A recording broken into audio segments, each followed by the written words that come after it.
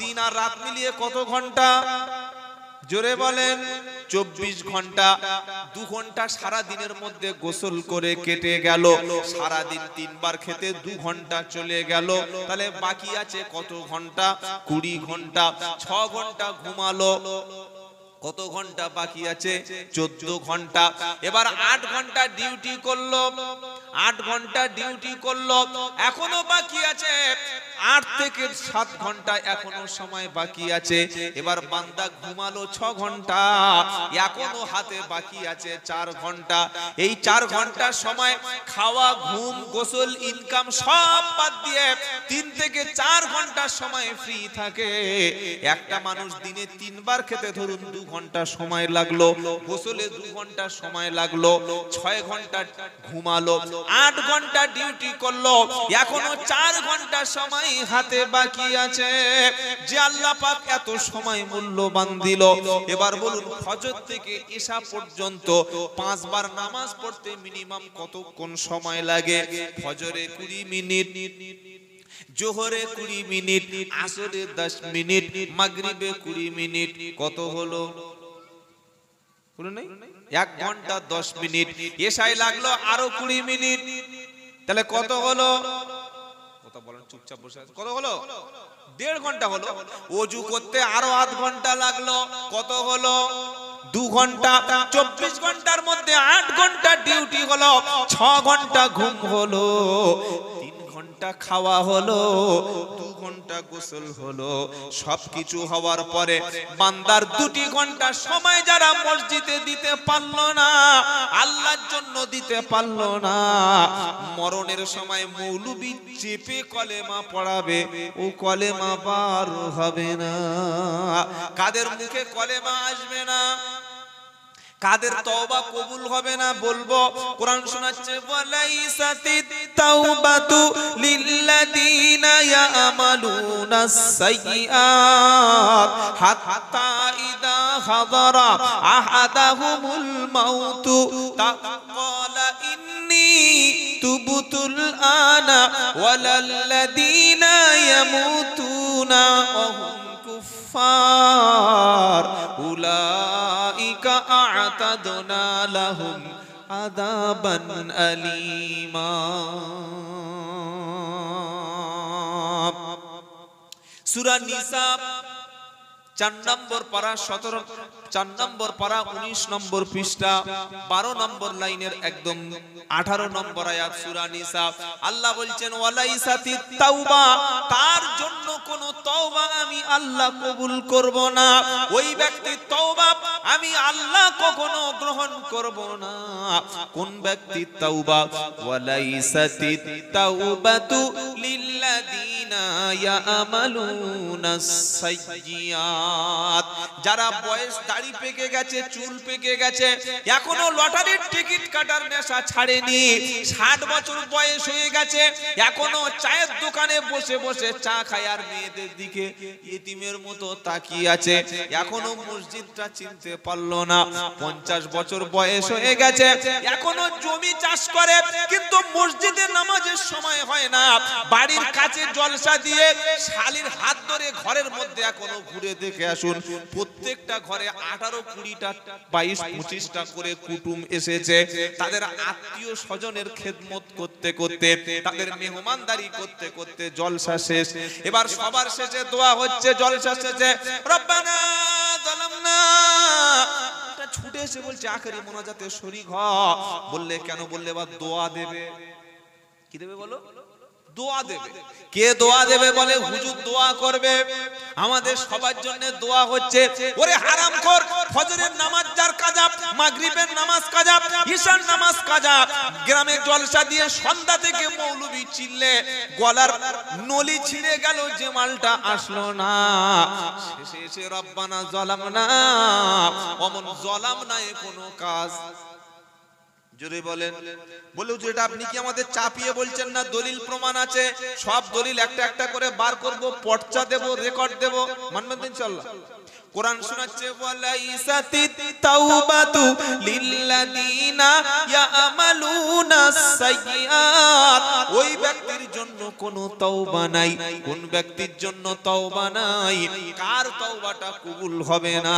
যে ব্যক্তি পাপের সঙ্গে ইনভলভ হয়েছিল, বেনামাজি, সুদ, ঘুষ, জেনা, ব্যভিচার, বড় বড় কঠিন পাপের সঙ্গে সারা জীবন যুক্ত ছিল যারা, আর মরণের ঘড়ঘড়া যখন চেপে গেছে, আহারে আর কথা বলতে পারে না, মালাকুল মউত চলে এসেছে, ওই রকম কঠিন সময় যে পর্যন্ত পাপ ছাড়তে পারলো না, পাপের রাস্তায় হাঁটতে হাঁটতে যার মরণটা চলে আসে, কোরআন শোনাচ্ছে হাত্তা ইদা হাদারা আহাদাকুমুল মাউত, পাপ করতে করতে, সুদ খেতে খেতে, জেনা ব্যভিচার করতে করতে, মদ পান করতে করতে ওই ব্যক্তিকে আল্লাহ রাব্বুল আলামিন বলেন জান্নাতে যাবে না।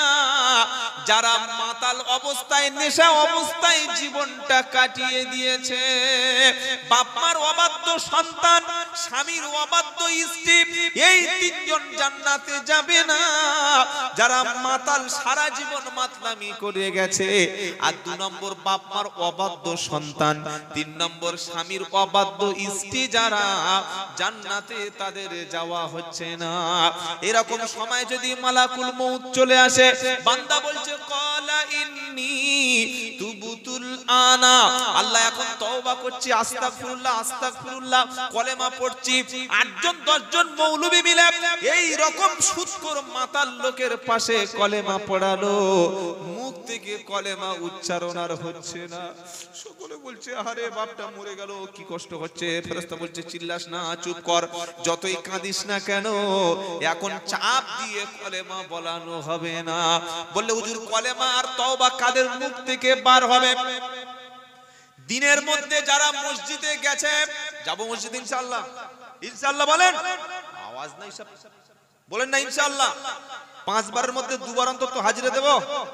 আজ থেকে আর কখনো দাড়ি চাঁচবো না, সুদের মাল খাবো না, মিথ্যা কথা বলবো না, ঘুষ খাবো না, ওজনে কম দেব না, বোনের ঠকাবো না, বাপের সম্পত্তি ঝেড়ে একা ফাঁকা করে দেব না, ভাইদের বোনদের যাদের হক আছে তাদেরকে একটু দিয়ে খাবো।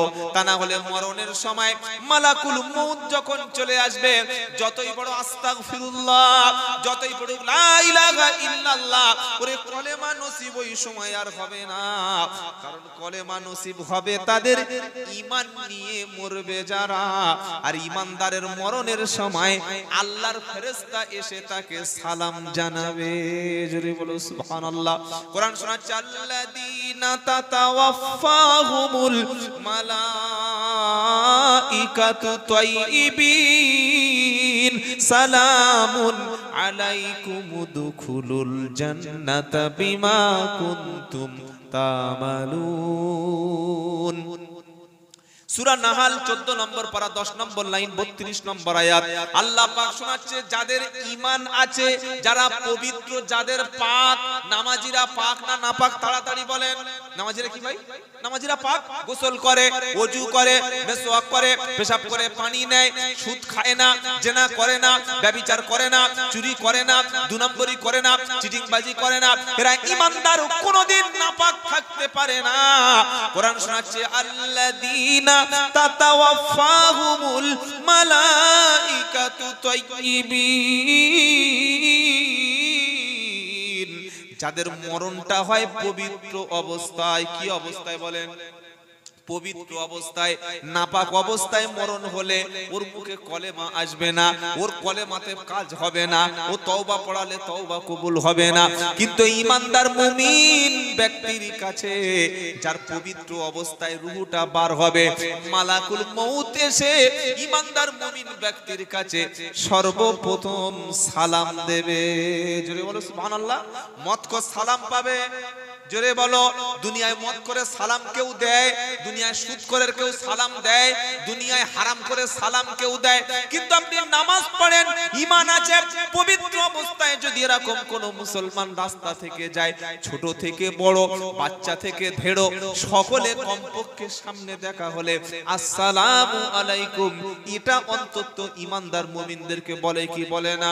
বাবাজিরা, আল্লাহ ওয়ালা ভাইরা, কোরআন শুনিয়ে দিচ্ছে ঈমানদার মুমিন ব্যক্তির মরণের সময় ফেরেশতা এসে সালাম দেবে, সালামুন আলাইকুম উদখুলুল জান্নাতা বিমা কুনতুম তা'মালুন। ওরে বান্দা, দুনিয়াতে তুমি যে ভালো আমল করেছিলে, ঈমান ছিল, নামাজ ছিল, আমি আল্লাহর পক্ষ থেকে ফেরেশতা এসে তোমাকে সালাম জানাচ্ছি, আল্লাহর পক্ষ থেকে শান্তি বর্ষণ হোক। আর তুমি যে আমল করেছিলে, এই আমলের কারণে তুমি চলো আল্লাহর জান্নাতে। জোরে বলুন না সুবহানাল্লাহ। শুধু সালাম দেবে না, ঈমানদার ব্যক্তির রূহটা যখন বার হতে যাবে, ওই সময় আল্লাহর ফেরেশতা ঈমানদার ব্যক্তিকে জান্নাতের সুসংবাদ শোনাবে। নারায়ে তাকবীর। বললে হুজুর, ঈমানদারের জান্নাতের সুসংবাদ শোনাবে কে বলেছে বলো? কোরআন শোনাচ্ছে, ইন্নাল্লাযীনা ক্বালু রাব্বুনাল্লাহু সুম্মা ইসতাকামু তাতানাজ্জালু আলাইহিমুল মালাইকা আল্লা তাখাফু ওয়ালা তাহজানু আবশিরু বিল জান্নাতিল্লাতী কুনতুম তুআদুন নাহনু আউলিয়াউকুম ফিল হায়াতিদ দুনিয়া ওয়া ফিল আখিরাহ। সূরা হামিম সাজদা 24 নম্বর পারা 19 নম্বর পৃষ্ঠা 3 নম্বর লাইনে 30 নম্বর আয়াত। আল্লাহ পাক শোনাচ্ছে, ইন্নাল্লাযীনা ক্বালু রাব্বুনাল্লাহ,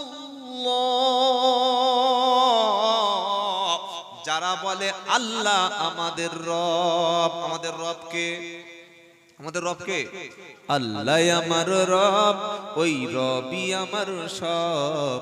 আল্লাহ আমার রব, ওই রবি আমার সব। যারা বলে ইন্নাল্লাযীনা ক্বালু রাব্বুনাল্লাহ,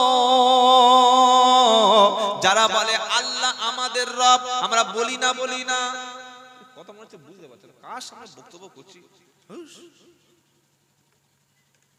একবার লোডশেডিং, একবার এই ঝামেলা, কথা আমাদের রবকে বলেন, এটা বলতে এত সময় লাগে? আমি যে বক্তব্যটা করছি, এটা যদি আপনাদের বোঝাতে না পারি, তোমার টাকা দিয়ে তো বেকার, আর আমার বক্তব্য করে বেকার। খালি বাবারা ভাই না, কোনো লাভ নাই। এখন জলসা মানে সুদ দিতে হবে। জলসা মানে কি? বেতাল সুদ। যে মালের গলা নাই ও বক্তা না। বড় শাইখুল হাদিস, বড় কিতাবী আলেম, বিশাল বড় পণ্ডিত, কণ্ঠ নাই, ভালো হাসাতে পারে না, গজল গাইতে পারে না, ওর দাওয়াত নাই। দাওয়াত আছে? জোরে বলেন। মাদ্রাসায় পড়েনি, মক্তবে পড়েনি, কোরআন সহি না, হাদিস জানে না, বক্তব্যের মধ্যে কোরআন নাই, দ্বীনের আলোচনা নাই, ইসলাহার কোনো বক্তব্য নাই, মুসলিম সমাজকে কিভাবে ভালো পথে আনবে, মানুষকে ঐক্যের বার্তা দেবে, এসব চিন্তা ভাবনা নাই। উঠেই প্রথমে সুদ ধরলো একটা কানে হাত দিয়ে, বাঘের ঘটনা, সাপের ঘটনা, বোতল ফাটানোর ঘটনা, কোথায় একটা কেরামতি, কোথায় একটা পেপারের ঘটনা। ওই বলতে বলতে 10টা বেজে গেছে, বক্তা নিয়ে এসো, আমার এখান থেকে যেতে হবে, সে মসলন্দপুর যাবো, ওখানে 11টায় টাইম রয়েছে, বক্তা নিয়ে এসো। কমিটির ছেলেরা বললে কি ব্যাপার হুজুর, আপনাকে তো 10:30 পর্যন্ত টাইম। না, চলবে না, আমার আরেকটা জলসা আছে। এই হচ্ছে বর্তমান জলসার অবস্থা। তো আমি চিল্লে গলা ফাটিয়ে বলবো, আর আপনারা ওই মরার মতো দিলাম হবে না। আমি বোঝাতে পারছি কিনা এটা আগে আপনাকে জানতে হবে। আমাদের রবকে আল্লাহ, রব কাকে বলে? যিনি পালন করনেওয়ালা, যিনি পালন কর্তা, যিনি লালন কর্তা, যিনি সৃষ্টি করে ছেড়ে দেন না, সৃষ্টি করার পরে মানুষের প্রয়োজন চাহিদাটা মেটায়, যিনি রব হলেন তিনি মানুষের বাচ্চা কথা বলতে সময় লাগে 2 থেকে 2.5 বছর, মানুষের বাচ্চা উঠে হেঁটে চলতে সময় লাগে 1.5 থেকে 2 বছর। নাকি বাচ্চা হয় হাঁটা শুরু করে, কি বাচ্চা হয় হাঁটে দাও 2-2.5 বছর সময় লাগে না? কিন্তু গরুর বাচ্চা প্রথমে হলো মায়ের পেট থেকে হলো, একবার এদিকে পড়লো একবার ওদিকে পড়লো, এবার 3-4 ঘন্টা পরে আস্তে আস্তে উঠে দাঁড়ালো। দাঁড়ায় কি দাঁড়ায় না? মায়ের বাচ্চা মা যদি দুধ না দেয় কেঁদে মরে যাবে, খাওয়া পাবে না। কিন্তু গরুর বাচ্চার কে দুধ খাওয়াবে? ছাগলের বাচ্চার কে দুধ পান করাবে? কুকুরের বাচ্চার কে ধরে ধরে পান করাবে? গরুর বাচ্চার কে দুধ খাওয়াবে? গাধার ঘোড়ার বাচ্চার কে দুধ খাওয়াবে? আল্লাহ গরুর বাচ্চা বলছে, হয়েছিস তুই দুনিয়ায়, তোর নার্সিং হোম চিকিৎসা কেউ নাই, মানুষ তোকে ধরে ধরে দুধ খাওয়াবে না। তুই মুখটা নিয়ে তোর মায়ের পিছনের পায়ের নিচে দেখবি 4টে দুধের স্টক আছে, আছে না? ওটাকে বলে বাঁট। কি ভাই আপনাদের উত্তর 24 পরগনায় কি বলে? গরুর দুধের। একটু আমার সঙ্গে কথা, ওই জায়গাটা ফাঁকা রাখছেন না, ওখানে কি কবর টবর কারো দেবেন নাকি? ওখানে মাজার হবে? ভিজে সামনে আসুন, এই তো সামনে জায়গা আছে, চলে আসুন। কি সর্বনাশ, পাছা নাকি ভিজে যাচ্ছে। সুবহানাল্লাহ সুবহানাল্লাহ। এই বাবাজিরা, আল্লাহ ভাইরা, গরুর যখন বাচ্চা হলো আল্লাহ বললে তুই মুখটা নিয়ে পিছনের দিকে যা, তোর মায়ের গলা, মায়ের গরুর পাঁট রয়েছে 4টে, ওখানে প্রথমে দুধ টানলে হবে না, 2 বার ধাক্কা মারবি কোত কোত করে। শুনছেন আপনারা? রব কাকে বলে? 2 বার যখন গরু এসে মায়ের বাঁটে ধাক্কা মারলো, 3য় ধাক্কায় অটোমেটিক দুধটা মুখে ভরে গেল। এই জ্ঞানটা দিয়েছেন যিনি, রব হলেন তিনি। নারায়ে তাকবীর। মানুষের বাচ্চার সাঁতর শিখতে 6 থেকে 7 বছর সময় লাগে, কিন্তু যখন হাঁসের বাচ্চা হবে কে ধরে ওকে সাঁতর শেখাবে? আল্লাহ বলছে, হাঁসের বাচ্চা আমি তোর বিবেক দিয়েছি, বুদ্ধি দিয়েছি, একটু পরে তুই পানিতে নেমে পড়বি, পিছনের পাটা হাঁসের জুড়ে দিয়েছি। মুরগির পা হাঁসের পা আলাদা, মুরগির একটা থেকে আরেকটা পা পর্যন্ত মাঝখানে চামড়াটা কাটা আছে, কিন্তু হাঁসের পায়ের মাঝখানে আল্লাহ চামড়া দিয়ে ভালো একটা কভার পরিয়ে দিয়েছে। ও যখন পানিতে নামবে, পা যখন পিছনে সরাবে, সাঁতর অটোমেটিক শিখিয়ে দেবে। হাঁসের বাচ্চাকে পৃথিবীর কোনো মানুষ সাঁতর শেখায় না। হাঁসের বাচ্চাকে সাঁতর শিখিয়ে পানির মধ্যে ছেড়ে দিলে হাঁস সাঁতার কেটে দিব্যি ভেসে আছে। এটা শিখিয়েছেন যিনি, রব হলেন, জোরে বলেন, রব হলেন তিনি। তাই কোরআন শোনাচ্ছে রব কাকে বলে? রব্বুনাল্লাযী আতা কুল্লা শাইইন খালাকাহু সুম্মা হাদা। রব হলেন তিনি, মানুষ সৃষ্টি করেছেন যিনি, সৃষ্টি করার পরে মানুষের প্রয়োজন মিটিয়েছেন যিনি, রব হলেন তিনি। মানুষের দেখতে সুন্দর তখন হবে যখন মাথায় তার চুল থাকবে। আমার আল্লাহ বলছে, মাথায় আমি চুল দিলাম, কিন্তু গোটা দেহে আমি চুল দেব না। আচ্ছা, চিল্লা চিল্লি ছাড়া এটা বলা যায় না? এই বাবা, খুব ভিজে যদি হয় ওটা আরেকটা পেতে দিন। আর আমি আপনার একটা পরামর্শ দিচ্ছি, একটু শুনে রাখুন। আপনারা অনেক খরচ করেছেন জলসায়, দেখতে পাচ্ছি প্রচুর খরচ হয়ে গেছে। এই জলসায় লোক না বসার বেশ কয়েকটা কারণ আছে, বলবো। 1 নম্বর কারণ হলো, আমি সে প্রথমেই বলেছি, ওটা আর বলে সময় নষ্ট করবো না, 10-15 মিনিট সময় আউট হয়ে গেছে। জলসায় না লোক আসার প্রধান কারণ হচ্ছে যে ব্যাপক হারে একটা দোকান লাগিয়ে মেলা করে দেওয়া। এটা বন্ধ না করলে জলসায় লোক হবে না। 2 নম্বর হলো যে জলসায় বসার যে সিস্টেম বা আসনগুলো, একটু যদি চেয়ারের ব্যবস্থা আমরা করতে পারি তাহলে মানুষ একটু বসে। কেন এই কথাটা বলছি, আপনাদের অপমান করছি না। বেশিরভাগ সভাগুলিতে এখন ওই ত্রিপল চটপট বিছিয়ে দেওয়া হয়। এবার সব মানুষ তো আর সমান নয়। আমার দিকে লোক, হ্যালো, যে লোকটা বাড়ি থেকে এসে নামাজ পড়ে এসছে, তার একটা সাদা পাঞ্জাবি পরে আছে, সাদা লুঙ্গি পরে আছে, ও দেখছে যেখানে বসবো ওখানে যা কুকুরের গু আর যা ছাগলের পেশাব পড়েছে, আমার লুঙ্গি যদি ওই জায়গায় ঠেকে যায়, ঘরে গেলে বউর কাছে গাল খেতে হবে। দরকার নাই বাবা, ও দাঁড়িয়ে থাকি। এজন্য করে জলসার মজলিস এত খরচ করেছেন, খালি 100 200 300 একটু চেয়ার হয়তো আর 1000 2-3 টাকা বেশি যাবে, একটু চেয়ার ব্যবস্থা করে দেবেন, দেখবেন মানুষ একটু বসতে পারবে। কথা মনে থাকবে ইনশাআল্লাহ, একটু ব্যবস্থা করবে। আচ্ছা একটু চুপ করুন, তাকবীর দিন দেখি, নারায়ে তাকবীর। এত ডিস্টার্ব করলে আজকে আর জলসা হবে না, কালকে হবে। আরে বাবা আওয়াজ করবেন না। বাবাজিরা, আল্লাহ আল্লাহ ভাই, রব কাকে বলে? কে রব? আল্লাহকে কেন আমরা আলহামদুলিল্লাহি রাব্বিল আলামিন বলি? রব হলেন তিনি যিনি মানুষ সৃষ্টি করেছেন, সৃষ্টি করার পরে মানুষের প্রয়োজনের চাহিদাটা মিটিয়েছেন, যিনি রব হলেন তিনি। সুবহানাল্লাহ বলুন। আল্লাহ বলছেন ওয়াফি আনফুসিকুম আফালা তুবসিরুন। কিছু বলবি বাবা? বল ঝুলছে কানে। কোরআন শোনাচ্ছে ওয়াফি আনফুসিকুম আফালা তুবসিরুন। ও বান্দা, তুমি তোমার নিজের দিকে তাকাও, আমি আল্লাহকে চিনতে পেরে যাবে। সুবহানাল্লাহ বলে। অনেক নাস্তিক মুরতাদ বলে যে আল্লাহ দেখা যায় না, বিশ্বাস করবো না কেন রে ভাই? আল্লাহ আছে, সত্যি যদি থাকে দেখা পাই না কেন? আমি বললাম ভাই, তোর পিঠের পিঠ ব্যাক সাইড পিঠটা কেমন তুই আয়না ছাড়া দেখেছিস? বলে না, শুধু একটা আয়না লাগবে না, পিছনের পাছাটা দেখতে দুটো আয়না লাগবে। কটা লাগবে? দুটো আয়না। আপনার ফেসটা, মুখমণ্ডল কেমন দেখতে আয়না ছাড়া দেখা যাবে? যে নিজের শরীরটা আয়না ছাড়া দেখতে পায় না, ওনা কি আল্লাহ দেখবে? কি বুঝলেন? আল্লাহ বলছে তোমার মধ্যে আমি আছি, তুমি দেখো, বুঝতে পারবে। তোমার শরীরে চুল দেব, মাথায় চুল দেব, ভ্রুতে চুল দেব, গোঁফে চুল দেব, দাড়িতে চুল দেব, আরো কয়েক জায়গায় দেব। তবে এই চুলগুলো সব সময় বাড়বে, আর গোটা শরীরটা, হাতে, বুকে, পিঠে, পাছায়, পায়ে, এমন জায়গায় পশম দেব, ছোট ছোট চুল দেব। ইমাল কিন্তু কোনদিন বাড়বে না। মাথার চুলটা যেমন বাড়ে, মুখের দাড়িটা যেমন বাড়ে, গোটা গায়ে যদি বড় বড় চুল দিত, খাওয়া পড়া ঘুম বাদ দিয়ে তখন সেলুনের দোকানে, জোরে বলো, শুয়ে থাকতে হতো।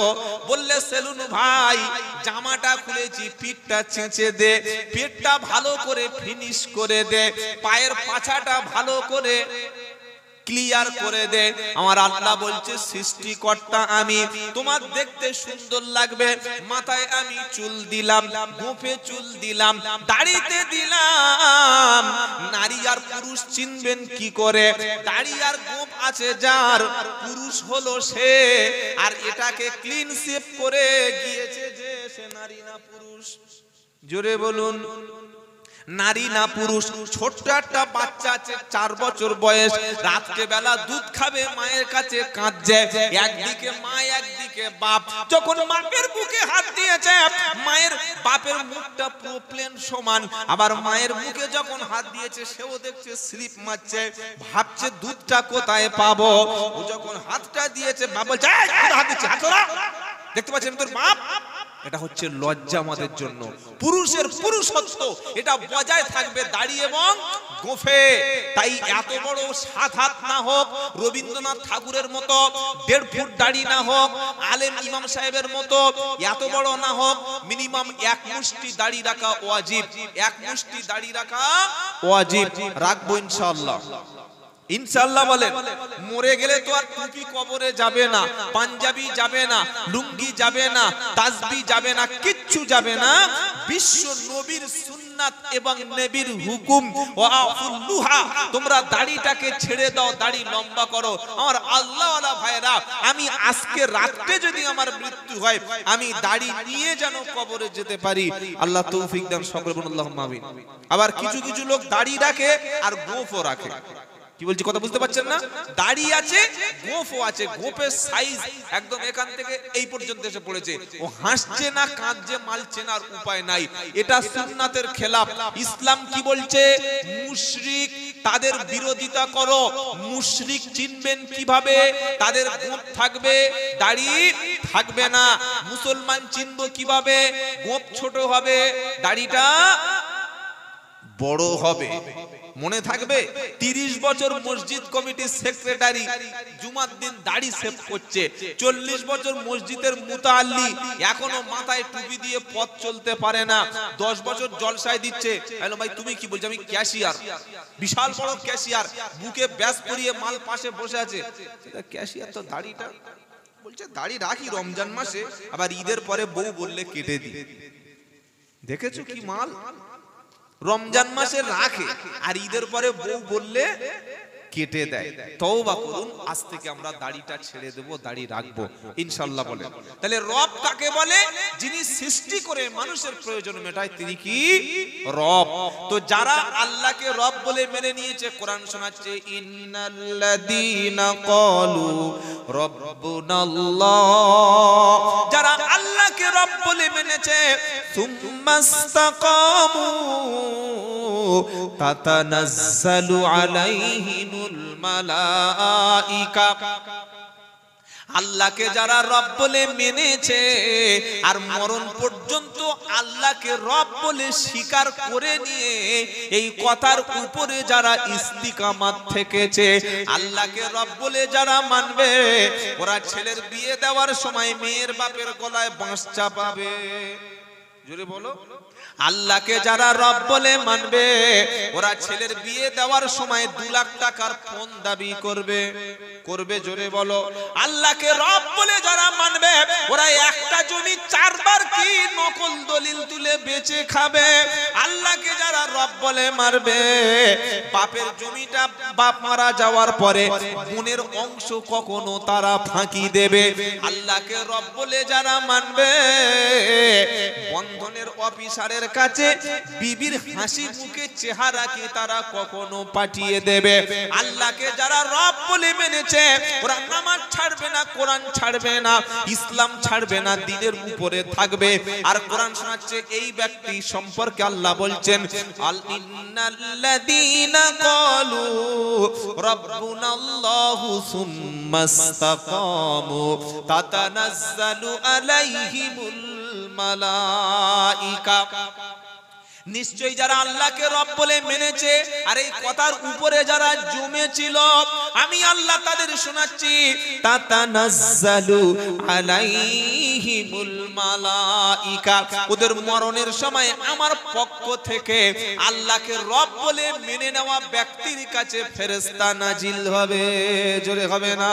কে নাজিল হবে আমাদের কাছে? জোরে বলো। ফেরেশতা। ফেরেশতা আমাদের মরণের সময় এসে বলবে আল্লাহ লা তাখাফু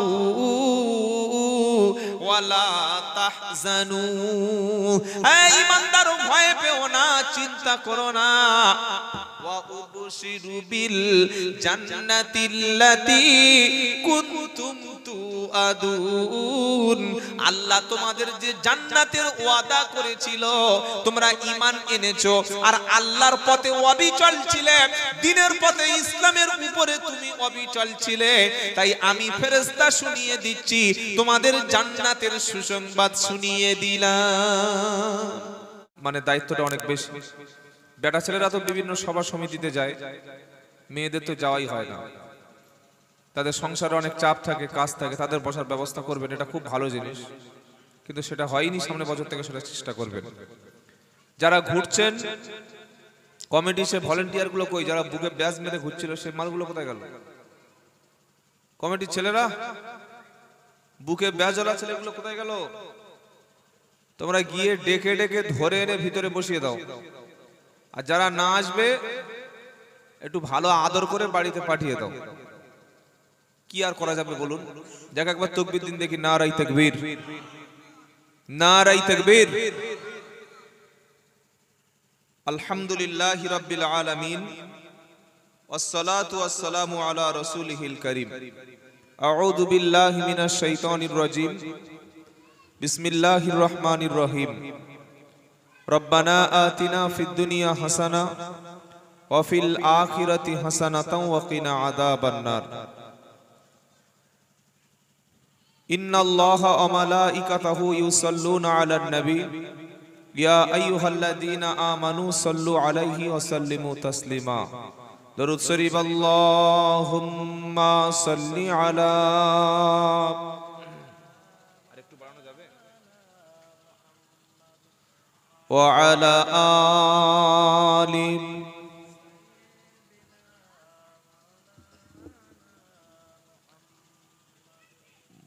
মোদের যাওয়ার সময় হলে, মোদের যাবার সময় হলে কাটবে ঝাড়ের বাঁশ। দিনটি দিও জুমার খোদা, রমজানের দিও মাস। আমিন বলেন। দোয়া এগুলো সব দোয়ায় আবার হাত তোলার দরকার নেই। পেশাব পায়খানার পরে দোয়ায় হাত তুলতে আছে বাবা? খাওয়ার যারা আসে একটু সামনে আসবেন। না বাবা, একটু সামনে বসুন। আপনি কি মন খারাপ বাড়িতে ঝগড়া করে এসেছেন নাকি ভাই? বাড়ি ঝগড়া হয়েছে ভাবির সাথে? এখানে আসুন। হ্যাঁ, আপনার বলছি। এমন ভাবে বসে আছে যেন ওনার গিন্নি ওনাকে মেরে বার করে দিয়েছে। সামনে আসুন, তবে তো ভালোবাসা বাড়বে। আসুন, হ্যাঁ সামনে আসুন, ভালোবাসা মহব্বতটা বাড়বে। মোদের যাবার সময় হলে কাটবে ঝাড়ের বাঁশ। দিনটি দিও জুমার খোদা, রমজানের দিও মাস। কাফনের কাপড় কাটবে যখন করবে গরম পানি। কাফনের কাপড় কাটবে যখন করবে গরম পানি। এ পাপীর কানে শুনতে দিও তোমার মধুর বাণী। পরের হাতে হবে গোসল, নিজের হাত সেদিন চলবে না।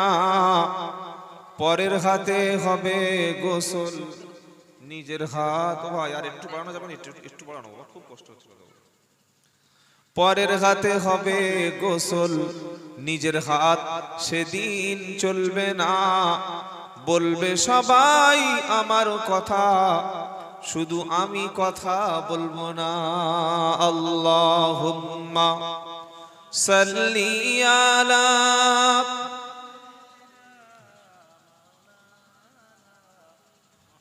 ওয়া আলা আলি।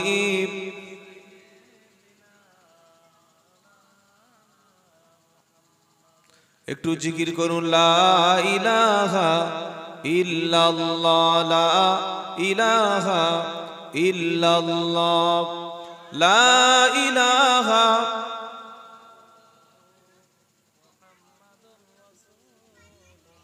কলেমা সঙ্গের সাথী। ঠিক আছে, কিছু করতে হবে, তুমি চলে যাও। কলেমা সঙ্গের সাথী, কলেমা গোরের বাতি। কলেমা ছাড়া নেই কো গতি, পড়ো কলেমা দিবারাতি। লা ইলাহা ইল্লাল্লাহ, লা ইলাহা, লা ইলাহা ইল্লাল্লাহু সাল্লাল্লাহু আলাইহি ওয়াসাল্লাম। আজকে জলসার সম্মানিত সভাপতি সাহেব, আমন্ত্রিত ওলামায়ে কেরাম, আপনারা যারা এসেছেন, আল্লাহর বান্দাদের মধ্যে শ্রেষ্ঠ বান্দা হচ্ছে তারা যারা কোরআন শেখে এবং অপরকে কোরআন শিক্ষা দেয়। এটা আমার কথা নয়, নবী সাল্লাল্লাহু আলাইহি সাল্লামের কথা। খায়রুকুম মান তাআল্লামাল কুরআনা ওয়া আল্লামাহু। নবীজি বলেন, তোমাদের মধ্যে সবচাইতে ভালো সেই ব্যক্তি, সবচাইতে উত্তম সেই ব্যক্তি যে ব্যক্তি নিজে কোরআন শেখে এবং অপরকে কোরআন শিক্ষা দেয়। সুবহানাল্লাহ বলবেন না? আল্লাহ কিছু বান্দাদের ভালো বলেছেন, আল্লাহ এবং তার নবী সাল্লাল্লাহু আলাইহি সাল্লাম কিছু বান্দাদের সম্পর্কে বলেছেন এরা ভালো, এরা সৎ, এরা নেককার, এরা আল্লাহর কাছে পছন্দ। তো সেই দলে, সেই তরিকায়, সেই লিস্টে, সেই খাতায় নাম লেখানোর ইচ্ছা আছে না নাই? আজকের আছে নাকি বছর দুই পরে হবে? খায়রুকুম মান তাআল্লামাল কুরআনা ওয়া আল্লামাহু। নবীজি সাল্লাল্লাহু আলাইহি সাল্লাম বলেন, নবীজি সাল্লাল্লাহু আলাইহি সাল্লাম বলেন, তোমাদের মধ্যে সবচাইতে উত্তম হলো সেই ব্যক্তি যে ব্যক্তি নিজে কোরআন শেখে আর অপরকে কোরআন শিক্ষা দেয়। একবার সুবহানাল্লাহ জোরে বলবেন না? এই বাবাজিরা, আল্লাহর কাছে ভালো কে? নিজে কোরআন শেখে আর অপরকে শিক্ষা দেয়। এই যে মজলিসটা, এটা গানের মজলিস না কোরআনের মজলিস? এটা ফাংশনের মজলিস না, ডিজের মজলিস না, হারমোনিয়ামের মজলিস না, যাত্রার মজলিস না, নর্তকীর মজলিস না, ড্যান্স হাঙ্গামার মজলিস না। এটা হচ্ছে কোরআনের মজলিস। আমি কিছু শিখাবো, আমি কিছু আলোচনা করব, আমরা সবাই মিলে শেখার পরিবেশ তৈরি করব। বলুন ইনশাআল্লাহ। জলসার মানে হলো শিক্ষা অর্জন করা, জলসার মানে হলো ইলম অর্জন করা, জলসার মানে হলো জ্ঞান চর্চা করা। যেটা আমরা জানি না, আমাদের জানার বাইরে, সেই কথাটা শুনবো, তাই তো নাকি? হ্যাঁ না না বলেন? এই জন্য জলসায় বক্তাকে দাওয়াত করার আগে একটা বিষয় বলে দিতে হয় যে হুজুর আপনি এই বিষয়ে আলোচনা করবেন। কথা বুঝতে পেরেছেন? আমাদের হ্যান্ডবিলে নামের আগে কি লেখা থাকে? হাফেজ, কারি, মুফতি, মাওলানা, মুহাদ্দিস, পীর, ফকির, উমুক, মানে লিখতে লিখতে বিশাল ব্যাপার। কিন্তু উনি কি বিষয়ে আলোচনা করবেন এটা আর হ্যান্ডবিলে লেখা থাকে না। এক একটা বক্তার যদি এক একটা বিষয় বলে দেওয়া হয় তাহলে আলোচনা করতে সুবিধা হয়। যিনি আলোচনা করবেন তিনিও পড়াশোনা করে আসতে পারেন, আর যারা আলোচনা শুনতে আসবেন তারাও নিয়ত করে নেবেন যে হ্যাঁ আমরা ইনশাআল্লাহ এটা শুনবো। আচ্ছা, ওখানে কি ওই নাগরদোলা টাগরদোলা আছে? আমার সামনে যে লোকগুলো দাঁড়িয়ে আছে দেখতে পাচ্ছি, ওটা কি? ওটা ও কারেন্টের সমস্যা। আচ্ছা ঠিক আছে, সমস্যা মিটে যাবে। এই ভাই ভিতরে ভিতরে ভিতরে চলে, বাচ্চারা বসো বসো, কেউ দাঁড়াবেন না, সবাই বসুন। তাহলে আজকের আমরা যে বিষয়ে আলোচনা করব, আমি বিষয়টা আগে বলে নি। আমার বিষয়ের নাম হচ্ছে আখিরাত। কি বললাম? জোরে বলুন। আখিরাত। কাল হচ্ছে দুটো, একটা ইহকাল আর একটা পরকাল। একটা হচ্ছে এই জগৎ আর একটা পরজগৎ। আমরা ছিলাম আলমে বারজাক, মানে রুহের জগতে। একদিন সমস্ত রুহুকে আল্লাহ সৃষ্টি করে আল্লাহর সামনে দাঁড় করিয়ে বলছেন, সমস্ত রুহুকে আল্লাহ সবাইকে দাঁড় করিয়ে বলছেন, রুহু রুহু আমাদের ভিতরে একটা জিনিস আছে, ওই জিনিসটা কোনো ডাক্তার দেখা পায় না। আপনার ভিতরে হার্ট আছে, হার্টের অপারেশন হয় কি হয় না? কথা বুঝতে পারছেন? আমার দিকে খেয়াল করুন, ওদিকে তাকালে হবে, এদিকে তাকান। হার্টের অপারেশন হয় না হয় না? হয়। তারপরে দেখবেন আমাদের লাংস, ফুসফুসে পানি জমে না, এরও অপারেশন হয়। কিডনির অপারেশন হয়, তারপরে অ্যাপেন্ডিক্সের অপারেশন হয়, হার্নিয়ার অপারেশন হয়, বিভিন্ন রকমের রোগ আছে। কোনোদিন শুনেছেন রুহের অপারেশন হচ্ছে? রুহ রুহ হয়েছে কোনদিন? সম্ভব না। কারণ রুহুটা কি এটা একমাত্র কে জানেন? আল্লাহ। নবীকে প্রশ্ন করা হচ্ছে, ইয়াসআলুনাকা আনির রূহ কুলির রূহু মিন আমরি রাব্বি ওয়া মা উতিতুম মিনাল ইলমি ইল্লা কালিলা। নারায়ে তাকবীর। সূরা বানী ইসরাইল 15 নম্বর পারা 9 নম্বর পৃষ্ঠা 8 নম্বর লাইন 85 নম্বর আয়াত। আল্লাহ পাক নবীকে শোনানো হচ্ছে, ইয়াসআলুনাকা আনির রূহ রূহ। এ আমার প্রিয় নবী, আপনাকে রূহ সম্পর্কে প্রশ্ন করা হয়। রূহটা কি জিনিস, ওটা থাকে কোথায়, কোথায় যায়, কোত্থেকে আসে? আল্লাহর নবীকে যখন প্রশ্ন করা হলো, বিশ্ব নবী চুপ আছেন, উত্তর দিতে পাচ্ছেন না। কারণ আল্লাহ যতক্ষণ নবীকে না বলতে বলবে, আমার নবী ততক্ষণ উত্তরও দেবে না।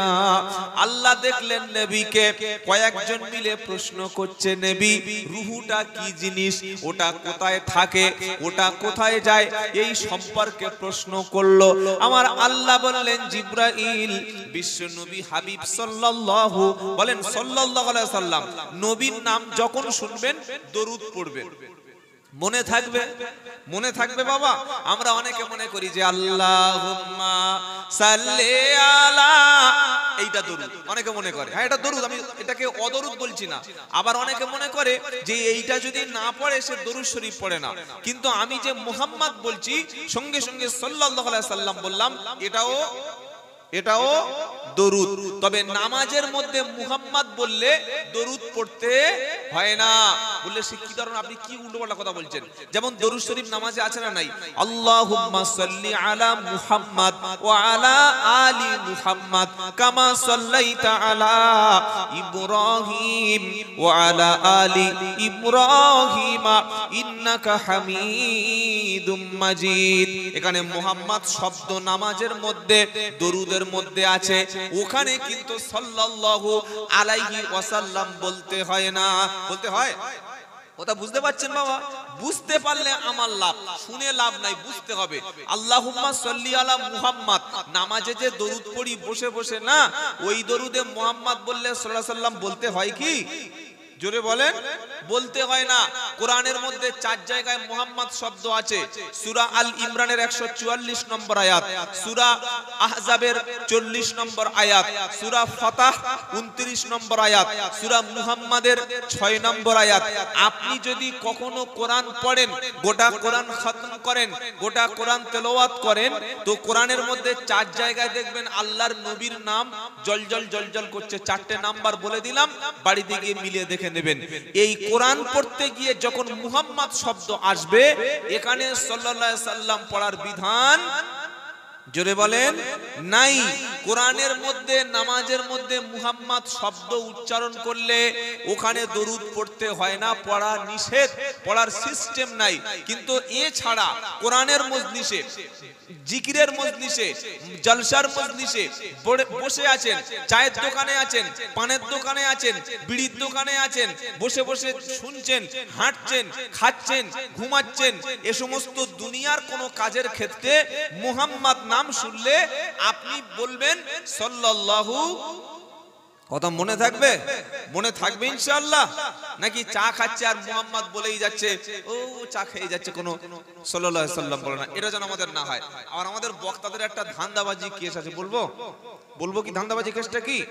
10 মিনিট 15 মিনিট বক্তব্য হয়ে গেল, এবার দেখলাম চা চলে আসলো, খাবো কি করে, একটা সিস্টেম বার করি। এ বাবা, নবীর মহব্বতে আল্লাহুম্মা, এবার সব লোক দরুদ এরকম টান, এই জোরে জোরে পড়, নবীর মহব্বতে পড়ো বলে এবার চায়ের কাপটা বার করে সুসুর সুসুর করে পুরো একদম 1 কাপ চা একদম পুরো ছেঁকে মেরে দিলাম। তখন একটা শিক্ষিত ছেলে বসেছিল, কলেজে পড়াশোনা করে, ফার্স্ট ইয়ারে। শালা আচ্ছা চিটিং বাজ মাল তো। ও নিজেই বললো দরুদ পড়ো বলে, উনি খাচ্ছেন আর আমাদের পড়তে বলছেন। কি ধরনের কথাবার্তা এটা হয় কি হয় না? তাহলে আমি বললাম যে আপনারা দরুদ পড়ুন, আর আমি নিজেই খাচ্ছি, চা পান করছি, এটা তো উচিত নয়। আমি লোকের যখন বলবো আগে নিজে করতে হবে না? হবে কি হবে না? তাহলে যখন মুহাম্মদ নাম শুনবো আমরা দরুদ শরীফ পড়বো। ছোট একটা দরুদ আছে সাল্লাল্লাহু আলাইহি ওয়াসাল্লাম, কথা মনে থাকবে ইনশাআল্লাহ। যেটা শোনাচ্ছিলাম, জিবরাইলকে আল্লাহ পাঠিয়ে দিয়ে বললেন, জিবরাইল তুমি চলে যাও দুনিয়াতে, নবীর কাছে চলে যাও। জিবরাইল আসমান থেকে নিচে ল্যান্ড করতে, নেমে আসতে সময় লাগবে প্রায় 6 ঘন্টা, তাই তো নাকি? অনেকে মনে হচ্ছে হ্যাঁ মনে হয় এত সময় লাগবে। না না না, জিব্রাইলকে আল্লাহ এত ক্ষমতা দিয়েছে, এত পাওয়ার দিয়েছে, এত দ্রুতগামী, এত ফাস্ট সার্ভিস দিতে পারে। ডানার দুটো ঝাপটা মারবে, আসমান থেকে মক্কা শরীফে, মদিনা শরীফে বিশ্ব নবীর কাছে নেমে আসতে, ভূমিতে মাটিতে ল্যান্ড করতে 1 থেকে 2 সেকেন্ড সময় লাগবে না। কারণ নবীর কাছে প্রশ্ন হলো, নবীজির রূহটা কি জিনিস বলো, কোথায় থাকে কোথায় যায় বলো। আমার নবী চুপ আছেন, আল্লাহর হুকুমের অপেক্ষায় বসে আছেন। জিব্রাইল এসে বাকি কথাটা জিব্রাইল বলে দিল, নবীর কাছে শুনিয়ে দিল। কুলির রূহু মিন আমরি রাব্বি ওয়া মা উতিতুম মিনাল ইলমি ইল্লা কলিলা। নবীর কাছে ওরা কি প্রশ্ন করেছিল যে নবী আপনি বলুন রূহটা কি জিনিস, কোথায় থাকে কোথায় যায়। আমার নবী বসে আছেন কার অপেক্ষায়? আল্লাহ বার্তা পাঠাবে তবে আমি বলবো। জিব্রাইল চলে এসে নবীর কাছে বলল, বলুন কুলির রূহু মিন আমরি রাব্বি ওয়া মা উতিতুম মিনাল ইলমি ইল্লা কলিলা। হে নবী আপনি বলুন কুলির রূহু মিন আমরি রাব্বি, রূহটা হলো সম্পূর্ণ আল্লাহর আদেশ। যতক্ষণ আল্লাহর আদেশ হবে না ততক্ষণ আপনিও মরবেন না, আমিও মরব না, ভিতর থেকে রূহটা বার হবে না। কথা মনে থাকবে কি? আল্লাহর আদেশ না হলে রূহটা বার হবে না। অনেক মানুষের ধারণা লোকটা যদি বাড়িতে থাকতো তাহলে মনে হয় মরতো না, হেলমেট পরে গেলে মরতো না, ট্রেন লাইন দেখে পার হলে মরতো না, গাড়ি জোরে না চালালে মরতো না, বিষ না খেলে মরতো না, গলায় দড়ি না দিলে মরতো না, বাড়ির মধ্যে থাকলে মরতো না। ওয়াকালে ছেলেটা মারা গেল, ওয়াকাল মৃত্যু হয়ে গেল, এমন কথা বলি না। কোরআন শোনাচ্ছে না রে পাগলা না, ওয়াকাল মৃত্যু বলে কোনো জিনিস নাই। ওয়ামা কানা লিনাফসিন আন তামুতা ইল্লা বিইذনিল্লাহি কিতাবাম মুআজ্জালা। সূরা আল ইমরান 4 নম্বর পারা 7 নম্বর পৃষ্ঠা 10 নম্বর লাইনের 144 নম্বর আয়াত। এটা বড় মানুষটা বাঁচায়, এই ছেলেগুলো বিষাক্ত মাল, ভয়ঙ্কর ডিস্টার্ব করছে রে।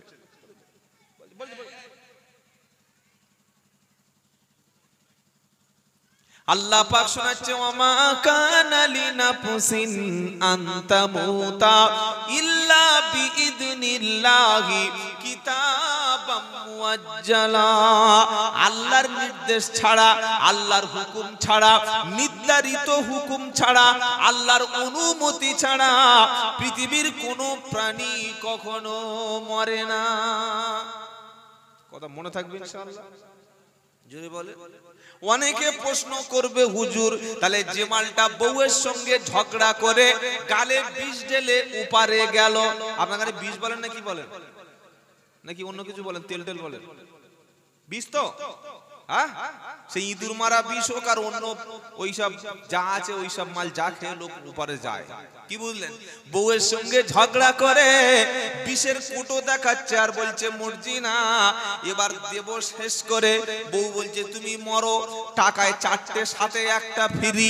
কত ছেলে আমার সঙ্গে ফোনে কথা বলে, রাস্তায় বার হলে ছেলেরা আমার জন্য পাগল, তুমি মরে গেলে আমি আর একটা মাল জুটিয়ে নেব।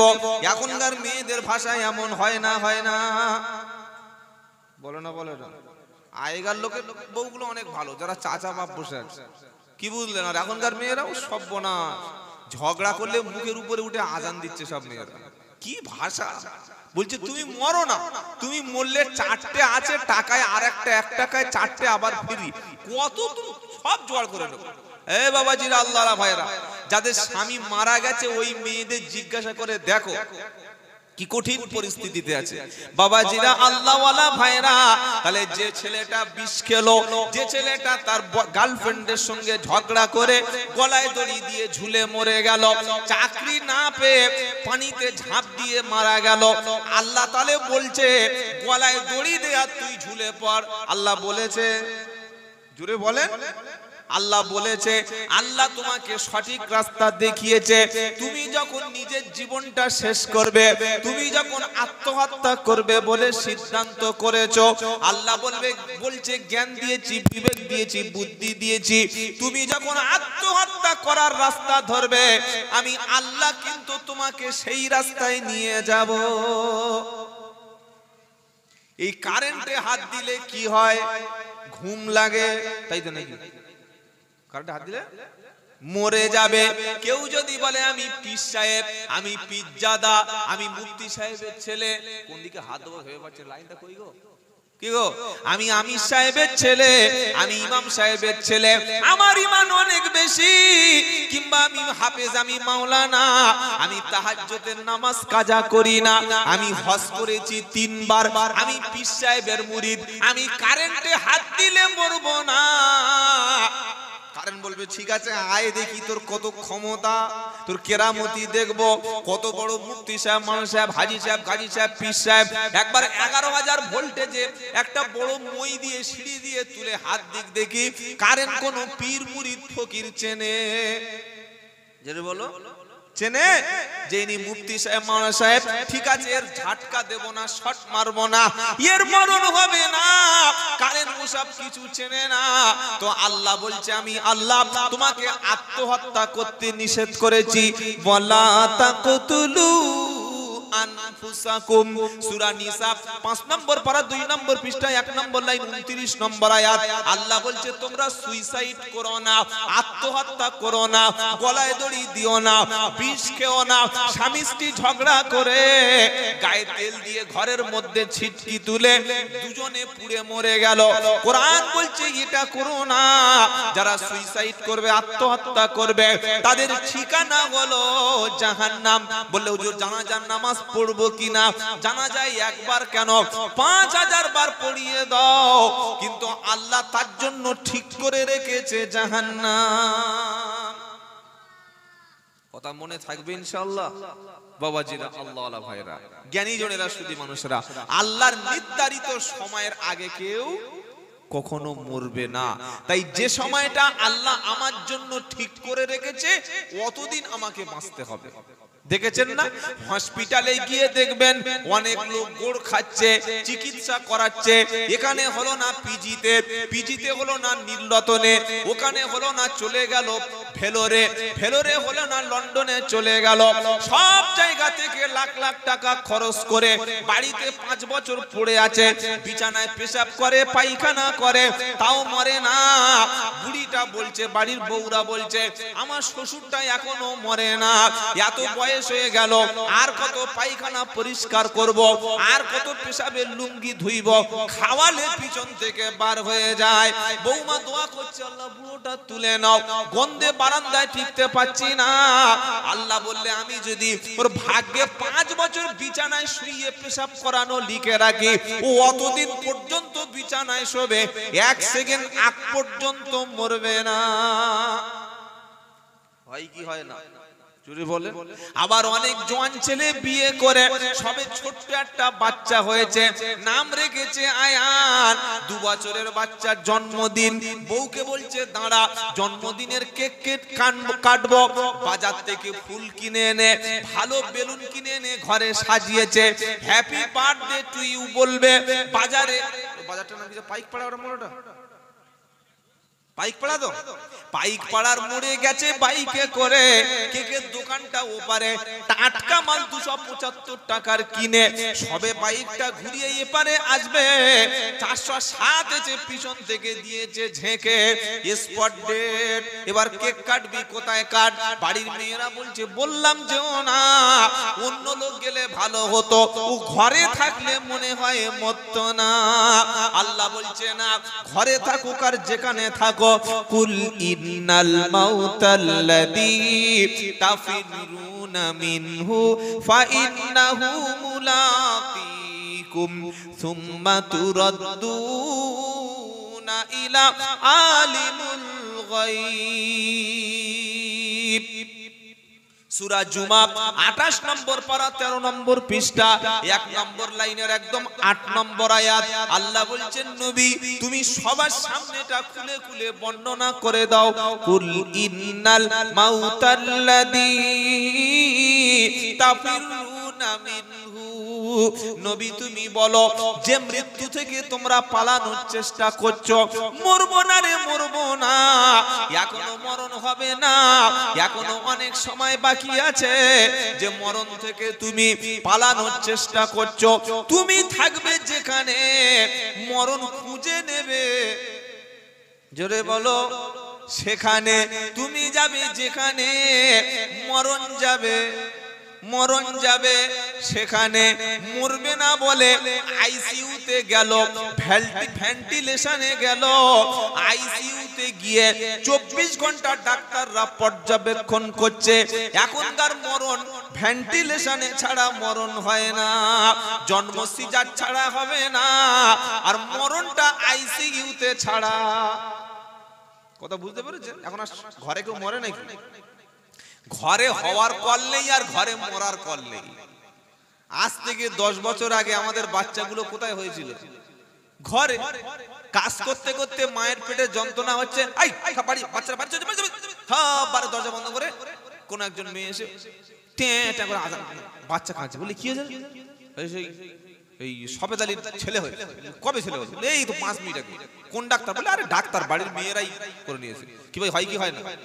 আগে বাচ্চা বাড়িতে হতো আর মরতো যারা তারা বাড়িতে গেছে। এখনো বাজারের মেলা সেই অবস্থায় আছে। এটা আমাদের জন্য বড় আফসোসের বিষয়, পরিতাপের বিষয়। ভালো কথা ভালো কাজ আমরা অনেকে পছন্দ করি না, এগুলো কিন্তু কিয়ামতের দিন আমাদের বিপদের কারণ হয়ে দাঁড়াবে। যে কথা শোনাচ্ছিলাম আমরা, যে বর্তমান যুগে মৃত্যু আর জন্ম এটা একটা ব্যবসায় পরিণত হয়ে গেছে। স্বাভাবিক মৃত্যু হয় না, মরতে হলে ভেন্টিলেশন ছাড়া আইসিইউ ছাড়া হবে না।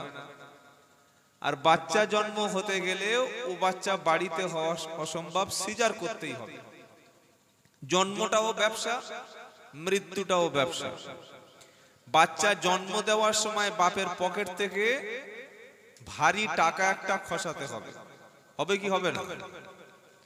আর বাপ মরে গেলে ছেলের পকেট থেকে একটা ভারী মোটা টাকা দিতে হবে। কেন? 4 দিন 5 দিন আইসিইউতে রোগী ভর্তি ছিল, 3 লাখ টাকা বিল। এ টাকাটা কে দেবে? ছেলেরা। আর ছেলে যখন জন্ম নিয়েছে নার্সিং হোম থেকে বাচ্চা সিজারিং সিস্টেমে দুনিয়ায় আনতে, ওই টাকাটা কে দেবে? জোরে বলেন, বাপ। জন্ম আর মৃত্যু এটা একটা ব্যবসায় পরিণত হয়ে গেছে, তবে সবাই নয়। তো আল্লাহ পাক কোরআনুল কারীমের মধ্যে শুনিয়ে দিচ্ছেন কুল ইন্নাল মাউতাল্লাযী তাফিরুনা মিনহু ফাইন্নাহু মুলাকীকুম।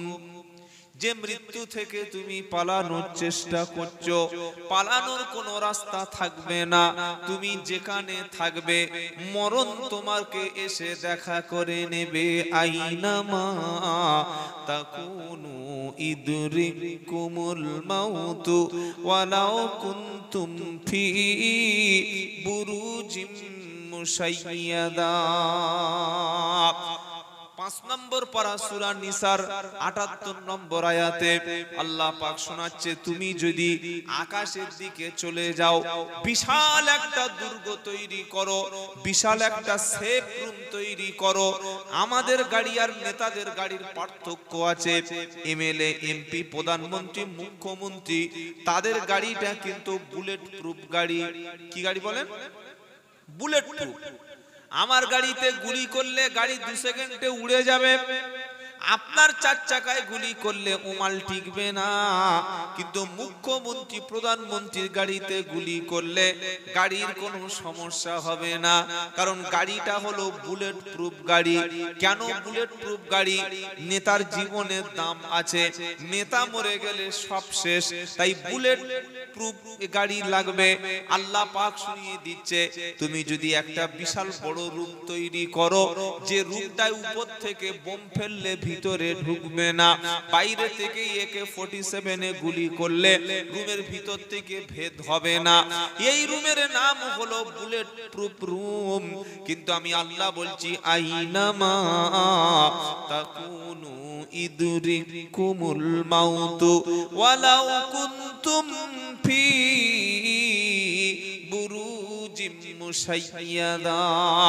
বুলেট প্রুফ রুম তৈরি করতে পারো গুলির হাত থেকে বাঁচানোর জন্য, কিন্তু আমার মালাকুল মউত আজরাইল কোন বুলেট প্রুফ ঘর ভেদ করে চলে যাবে, কারোর কথা শুনবে না। তাই যদি না হতো, ইন্দিরা গান্ধী রাজীব গান্ধীকে বাঁচানো যেত, তাদের নিরাপত্তার অভাব ছিল না। মালাকুল মউত চলে আসলে বুলেট প্রুফ গাড়িতে কাজ। জোরে বলেন, আমাদের সঙ্গে দেখা করবে, তবে মালাকুল মউত আজরাইল যখন আসবে আগে ফোনে SMS চলে আসবে, তুই রেডি হ, গোসল কর, আমি যাচ্ছি। তাই তো নাকি? কথা বলে না?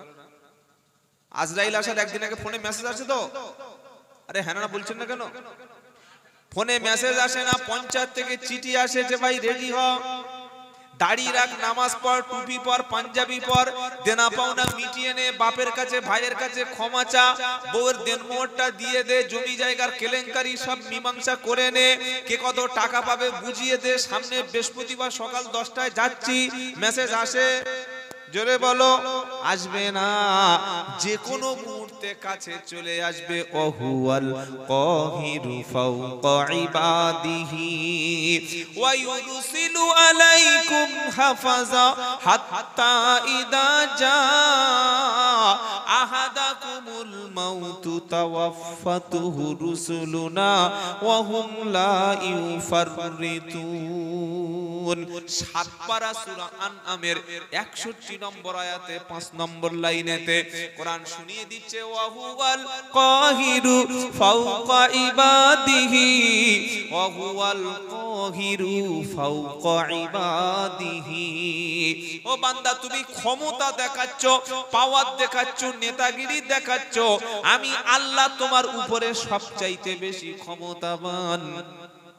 তোমার আয়ু যখন শেষ হয়ে আসবে, তোমার জীবনের প্রদীপটা যেদিন নিভে আসবে, তোমার হায়াতের শেষ দিন যখন ঘনিয়ে আসবে, তুমি ঘুমিয়ে আছো, তুমি বিছানায় আছো, তুমি কাজে আছো, তুমি ব্যস্ত আছো, এত ব্যস্ত 24 ঘন্টা সময় আল্লাহ দিয়েছে, তুমি 2 ঘন্টা সময় আমি আল্লাহ আমার জন্য দিতে পারো না।